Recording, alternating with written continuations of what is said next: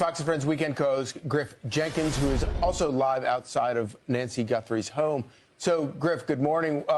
Tell us what it looks like on the ground there this morning. Well, Charlie, I'll tell you what it looks like on the ground, but more so what it looks like in the sky, because that signal sniffing technology is not just sophisticated, it's brand new, cutting edge. I spoke extensively yesterday to the man who created it, Dave Kennedy, to try and fly in a helicopter in a low, slow grid pattern over the rough terrain full of steep hills and deep culverts here to try and get a ping from Nancy Guthrie's Pacemaker. Here is, for our viewers, what it looks like to be in a helicopter. Watch this. But you really do get a perspective of how difficult and challenging this pursuit is, even with this cutting-edge technology, because you look at the number of houses we're circling, there are thousands all around as far as you can see. The problem and the challenge is the needle in the haystack factor, because you can see just how big Tucson and these Catalina foothills are. It is much like hunting for a needle in a haystack.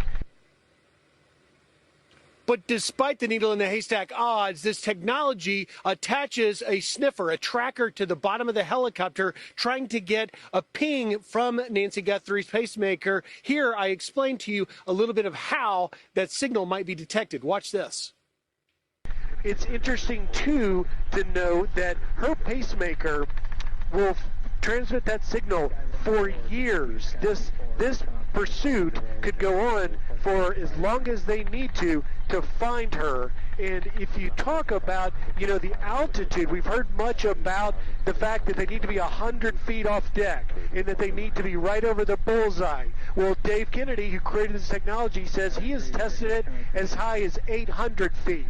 The bird's eye view you're getting now, we're flying at an altitude of 600 feet.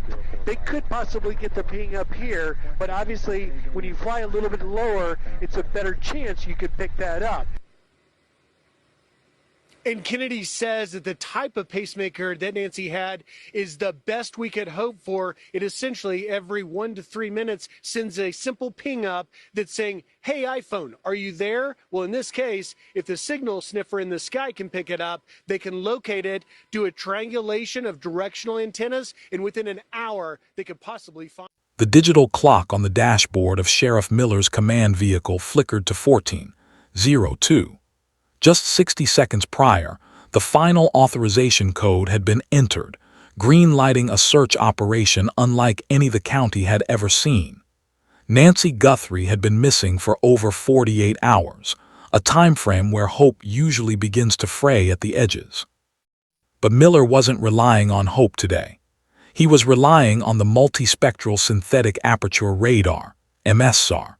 A tool the department claimed was 100% certain to locate human heat signatures and physical disturbances, even under dense forest canopies. "Dispatch, this is Mobile 1, Miller barked into his radio. "The asset is airborne, confirming bird dog coordinates for the Guthrie site." Above the jagged peaks of the northern ridge, the sound of rhythmic thumping signaled the arrival of the Bell 429 Global Ranger. This wasn't just a standard patrol helicopter. It had been retrofitted with an underslung pod containing the LiDAR, light detection, and ranging array. As the pilot, Captain Sarah Vance, tilted the nose of the craft, the system began firing 150,000 laser pulses per second toward the Earth. These pulses don't just see the tops of trees. They filter through the noise of the leaves to create a high-resolution 3D map of the ground surface. The 100% certainty the sheriff spoke of came from the integration of this LiDAR data with a cellular forensic IMSI catcher. Even if Nancy's phone was dead or buried, the tool could pick up the faint handshake, signals that mobile hardware emits when it attempts to reconnect to a network. As the Bell 429 banked hard to the west, tracing a grid pattern over the last known coordinates, the monitors in the command center began to glow with a digital recreation of the wilderness, a ghost world in neon blue, waiting for a single human-shaped spark to appear. While the Bell 429 Global Ranger maintained its strategic orbit at an altitude of 1,500 feet, the data stream began flowing into the Mobile Tactical Operations Center, MTOC. The 100% certainty, touted by the sheriff, relied heavily on the Geospatial Intelligence (GEOINT) software currently processing the LiDAR returns. This software utilizes a bare earth algorithm, which digitally strips away vegetation in real time to reveal the actual topography of the forest floor. If Nancy Guthrie had sought shelter in a ravine or was lying prone under a rock shelf, the LiDAR's ability to penetrate the canopy would highlight the physical displacement of her body against the natural terrain. On the ground, the search and rescue SAR incident commander began the deployment of the hasty teams. These units were equipped with handheld thermal imagers, HTIs, featuring a sensitivity of less than 30 mK. Unlike older thermal tech, these units can detect residual heat, the thermal footprint left on a rock or log after a human has sat there, even up to an hour later. The teams moved in a synchronized V formation, their movements tracked via GPS-linked radio transponders that appeared as live icons on the sheriff's master map. The helicopter's movement remained disciplined, utilizing a creeping line search pattern. This flight path is specifically designed for mountainous terrain where the search area is narrow but long.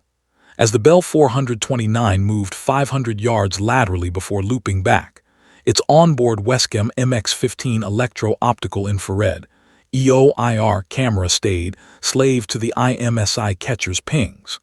Suddenly, a notification spiked on the MTOC's secondary monitor.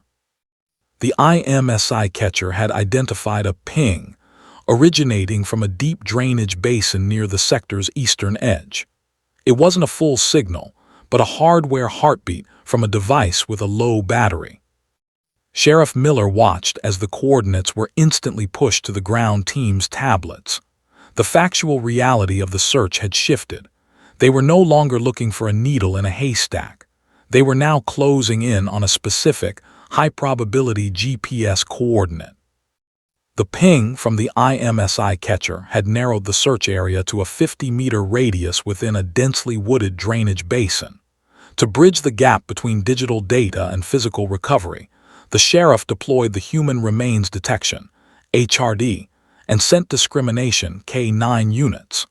Unlike general-purpose patrol dogs, these canines are trained specifically for vapor wake detection.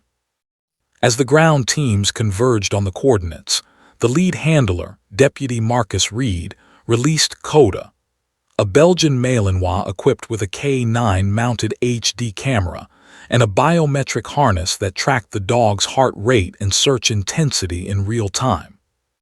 The factual efficacy of these dogs lies in their olfactory sensitivity, which is estimated to be roughly 10,000 to 100,000 times that of a human. Coda was working a scent cone, a physical trail of microscopic skin cells and sweat molecules, known as rafts, that drift on the wind. Because Nancy Guthrie had been missing for over 48 hours, her scent profile had shifted. The handler utilized a scent transfer unit, STU-100, a vacuum-based device that had captured Nancy's pure scent from her pillowcase at home and concentrated it onto a sterile gauze pad. This ensured the K9 was locked onto her specific biological signature, ignoring the noise of other searchers in the area. High above, the Bell 429 Global Ranger adjusted its flight profile from a creeping line to a stationary orbit directly over the drainage basin.